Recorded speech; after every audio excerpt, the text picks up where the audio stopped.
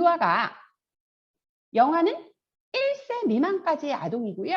영아 이후에는 유아라고 이야기하죠. 유아가 앉고 잘 걸을 수 있게 되면서 시작되는 대소변 가리기 훈련을 물어보고 있죠. 이 대소변 가리기 훈련, 이건 뭐냐? 사실은 엄마와 아이들, 양육자와 유아의 관계가 굉장히 매끄럽고 따뜻하면 조금 일찍 시작도 가능한 훈련 중에 하나입니다. 통상적으로는 대변은 하루에 한 번 정도 보기 때문에 대변 훈련이 좀 더 실질적으로 일찍 시작이 되죠. 그래서 말을 하기 시작하거나 말을 조금 이해하기 시작하거나 대변을 보는 것에 대한 본인이 반응을 이해하기 시작하면 다른 애들은 12개월 넘어 돌 지나서도 대변 가리기 훈련을 시작할 수 있고요. 조금 부끄럽거나 대변 보는 거에 대해서 익숙하지 않은 아이들, 좀 두려움이 있는 아이들은 좀 늦게, 그 아이들보다 한 5, 6개월 늦게 시작하기도 합니다. 그래서 대변이 먼저 가리기 훈련을 시작할 수 있는 훈련이고요. 그 다음에 소변은 자주 보잖아요. 그리고 이제 대변처럼 이렇게 긴 시간을 필요로 하는 부분이 아니다 보니까 소변 훈련은 조금 늦게 시작해요. 그래서 이제 통상적으로 대변 훈련은 돌이 지나면서 시작될 수 있다라고 보고, 소변 훈련은 그보다 5, 6개월 지나서 만 2세, 24개월이 될 때까지 이제 잘 훈련이 되는 과정을 겪어야 마무리되는 훈련으로 알려져 있어요. 소변 같은 경우는 예민한 아이들 같은 경우는 3살, 4살 때까지 훈련이 계속 지속이 되는 경우들도 간혹 있지요. 그래서 이 대소변 훈련은 어쨌든 양육자가 아이들의 생리적인 반응을 잘 보고 칭찬과 동기부여를 주면서 적극적으로 본인이 이제 소변, 대변 가리기 훈련에 참여할 수 있도록 이렇게 응원하는 거, 이거 굉장히 좋은 뭐랄까 교육 환경이라고 이렇게 이해하시면서요. 이제 훈련을 하면서 아동이 자신감이 생기고 굉장히 이제 이 대소변을 하면서 뭔가 성취감을 갖게 하는 이런 아동 성격 형상에 영향을 미칠 수 있다라고 하는 것도 기억하시면 좋을 것 같아요. 그래서 얘는 이렇게 대변을 가리고 칭찬받고 본인이 뿌듯해하고, 그리고 소변을 가리기 시작하면서 또 엄마에게 칭찬받고 동기부여를 갖게 되면서 사회적인 성향이 굉장히 잘 발달될 수 있는 좋은 성격 형상을 만들 수 있는 그런 훈련 방법으로 아이들에게 많이 알려져 있고요. 그리고 이제 발달 관계없이 일정한 연령에 실시하는 건 아니지만 주로 대변 훈련은 12개월 지나서부터 하루에 한 번 정도 이제 진행이 되기 때문에 진행이 되고, 소변은 그보다 조금 늦게 시작하는 걸로 이렇게 기억하시면 좋아요. 그래서 4번이 틀리는 거예요. 대소변 가리기 훈련을 같이 시작하기는 좀 어렵고, 소변 같은 경우는 12개월에 소변을 미리 가리기는 굉장히 어렵죠. 그러다 보니까 대변이 좀 빨리 훈련이 시작이 되고 그러면서 소변 가리기도 시작이 되지만, 통상적으로는 12개월에서 24개월 이내에 이렇게 천천히 익숙해져서 훈련이 완성되기 시작한다라고 생각하시면 좋을 것 같아요. 밤에 소변을 잘 못 가리죠, 아이들은. 그죠? 숙면을 취하기 때문에 이제 밤에 잘 못 가리는 경우가 있어서 이 대소변 가리기 훈련은 낮 동안에 진행이 되는 것이 맞고요. 그리고 이제 밤 같은 경우에 완벽하게 소변을 가리는 나이는 24개월 이후인 경우들이 많습니다. 예.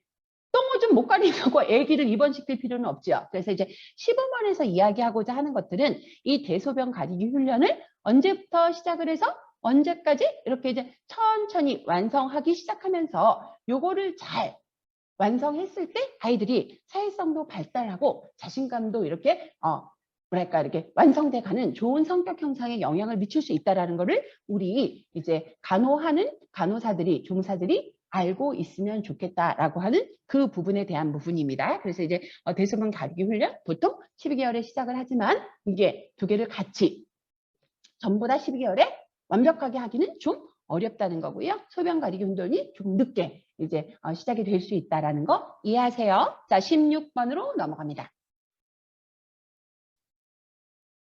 오랫동안 고혈압 약물 치료 중인 노인의 투약관리 간호로 적절하지 않은 것은, 여러분 다른 건 모르겠고요. 당뇨, 고혈압 같은 만성질환은 절대적으로 대체요법이라든지 뭔가 이제 돌아다니는 소문을 믿고 약을 중단하면 굉장히 위험해집니다. 죄송합니다.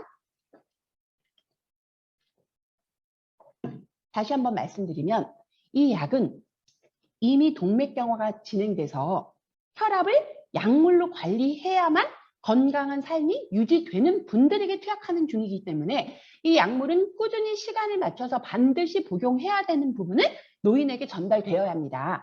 그리고 약에 대한 부분은 처방에 의해서만 투약이 되어야 하고요.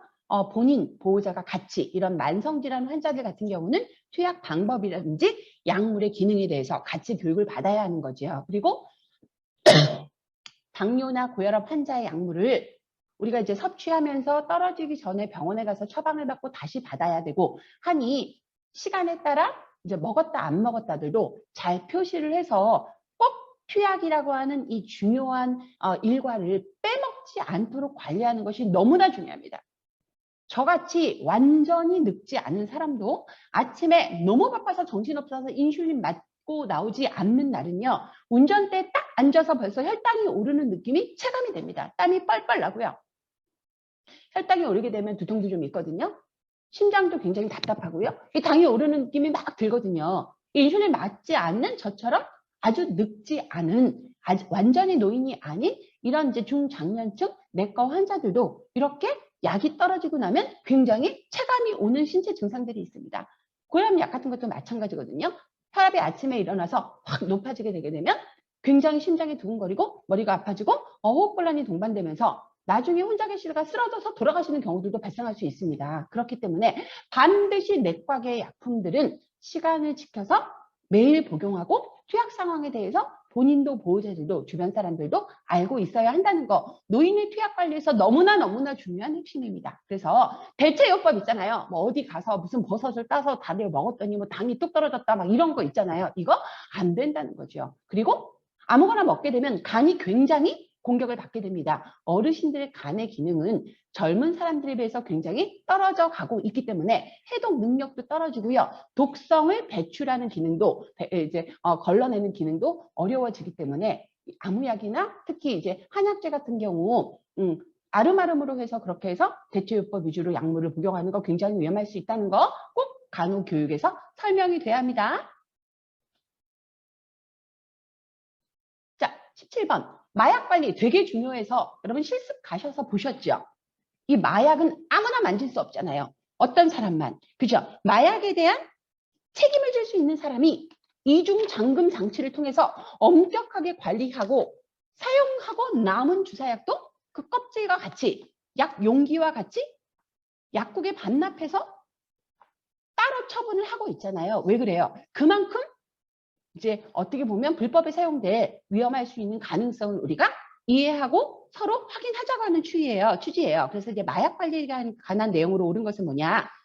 마약은 금고의 이중 잠금 장치를 통해서 그죠? 열쇠는 수간호사가 반드시 가지고 있고 책임질 수 있는 사람에 의해서 이제 이게 입고되고 출고가 돼야 된다는 거죠. 그리고 남은 약 우리가 이제 몰핀, 데메롤, 코데인 이런 거 많이 처방하거든요. 그리고 이제 환자의 상태에 따라 전액 다 투약하지 않는 경우들이 있어요. 그런 애들은 용기와 함께 반드시 약국에 반납이 돼야 된다는 거. 이거 명심하셔야 되시기 때문에 시험에 어떻게 보면 너무 답이 뻔하기도 한데 많이 나옵니다. 특히나 마약 같은 경우는 사고가 날 수 있는 가능성이 굉장히 높습니다. 예, 그래서 이제 마약에 대해서는 여러분 꼭 알고 계셔야 될 것 같고요. 예, 반드시 반납해야 된다는 거예요. 예, 그리고 마약한 보관 열쇠 이거는 보통은 수간호사 우리가 이제 팀장님이라고 말씀하시는 분들이거든요. 그분들이 꼭 관리해야 된다는 거 기억하세요. 자, 임신 초기에 감염이 되면 선천성 기형을 초래하는 호흡기계 감염병이 있죠. MMR 할 때 우리가 얘기했던 풍진이에요. 루벨라라고 하는 풍진인데요. 이 풍진 바이러스 자체는요. 감염력이나 동력이 높지는 않아요. 다 큰 성인은 풍진을 알아도 조금 발진과 발열을 보이다가 열이 떨어지고 해열이 되면서 이제 자연적으로 치유되는 경우들도 있거든요. 그래서 이 풍진 자체가 여러분 다 큰 성인에게는 그렇게 위험을 초래하는 감염병은 아니고 아이들이 걸렸을 때는 이제 열이 있고 발진이 생기면서 기타 등등 호흡기에 문제를 일으킬 수 있어서 아이들에게 예방접종을 우리가 MMR이라고 하는 혼합 백신을 통해서 이제 접종을 하는 거고요. 여기서 말하는 대상자는 지금 아이들이 아니고 누구예요? 그죠? 임신 초기라고 하는 산모에 대한 개념으로 우리가 받아들이시면 좋아요. 임신 초기에 만약에 산모가 풍진에 항체가 없다는 건 뭐냐면 이 산모가 MMR 접종을 살면서 받지 않은 거예요.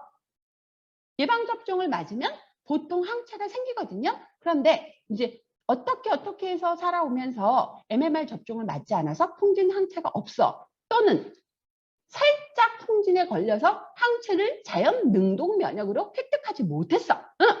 그러면 항체가 없는 상태에서 바이러스에 감염이 되면 면역이 떨어져 있는 산모의 특성상 어쨌든 바이러스는 굉장히 순식간에 엄마의 순환을 통해서 태아에게 갈 거라는 거죠. 그러면 이 태아에게 전달된 풍진 바이러스는 태아에게 어떠한 영향을 미치냐? 물론 선천성 기형이라고 이렇게 뭉뚱그려서 나오면 굉장히 귀여운 문제인데요. 이 선천성 기형 중에 신장질환, 청각장애, 백내장, 녹내장, 그 다음에 지적장애, 이렇게 치명적인 기형을 초래합니다. 여러분, 선천성 신장 질환은요, 살아가면서 가장 큰 아픔으로 후유증을 갖게 하는 그러한 장애로 알려져 있죠.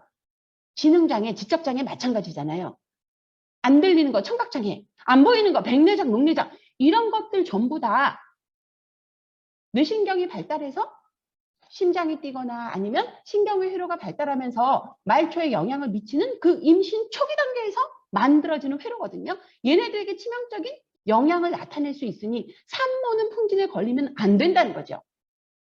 이게 모자보건 모성간호학에서 굉장히 중요하게 생각하는 이런 이제 개념입니다. 자, 일반 성인이 아니고 산모는 면역이 낮아져 있는 상태의 여성이기 때문에 이분들에게 풍진 바이러스가 감염이 되게 되면 면역이 낮은 어린아이들에게 영향력을 미치는 것처럼 이 바이러스가 태반을 통해 태아에게 전달이 돼서 선천성 기형을 초래한다는 거니. 심장질환, 그 다음에 지능장애, 그 다음에 백내장, 녹내장, 청각장애, 이런 것들과 같은 어떤 거 하나 걸려도 안심할 수 없는 선천성 기형을 초래하기 때문에 얘는 안 걸려야 되는 거예요. 누가?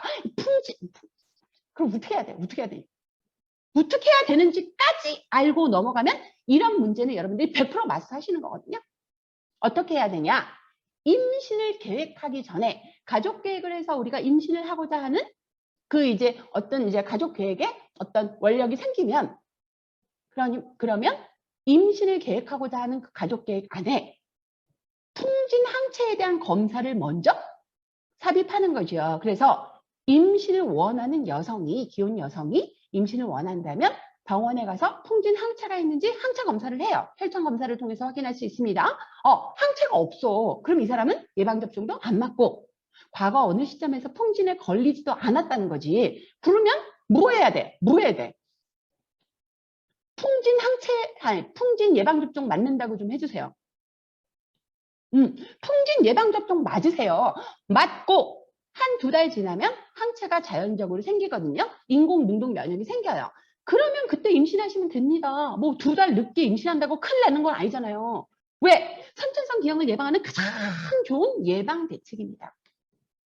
풍진은 봄에 호흡기를 통해 그냥 바람처럼 돌아다니는 바이러스성 질환입니다. 그렇기 때문에 걸린지 산모가 모르는 경우들도 있더라고요. 아기를 낳았는데 아기가 커가는데 기형의 유형이 확인이 돼. 그래서 이 기형을 어떻게 하나라고 막 고민을 하고 있는데 그렇죠. 이 기형의 원인이 풍진 바이러스에 의한 감염인 경우들이 있을 수 있다는 거죠. 그래서 임신하기 전에 기혼 여성 중에 임신을 계획하고 있는 여성은 일단 뭐부터 확인하고 풍진 항체가 있는지 확인하고 항체가 없다 그러면 뭐를 예방접종하고 풍진 예방접종을 하고 이 풍진 예방접종을 하라고 하는 것도 우리의 간호교육이고요. 풍진 항체 검사를 하게 교육을 사전 교육하는 것도 모자보건 차원의 우리의 교육 내용입니다. 그래서 이제 이게 같이 묶여 있어요. 그래서 심장질환, 그 다음에 지능장애, 청각장애, 백내장, 녹내장처럼 무서운 선천성 기형을 초래할 수 있는 질병을 예방하기 위해서는 풍진에 대해서 항체가 있는지 없는지 먼저 확인한다. 그리고 항체가 없으면 예방접종 맞는다. 그리고 학문적으로는 풍진에 걸리면, 산모가 걸리면, 그것도 초반기에 걸리면 아이들의 신경회로 발달에 큰 영향을 미칠 수 있다라고 하는 것까지 연결해서 18번으로 정리하시면 좋을 것 같아요.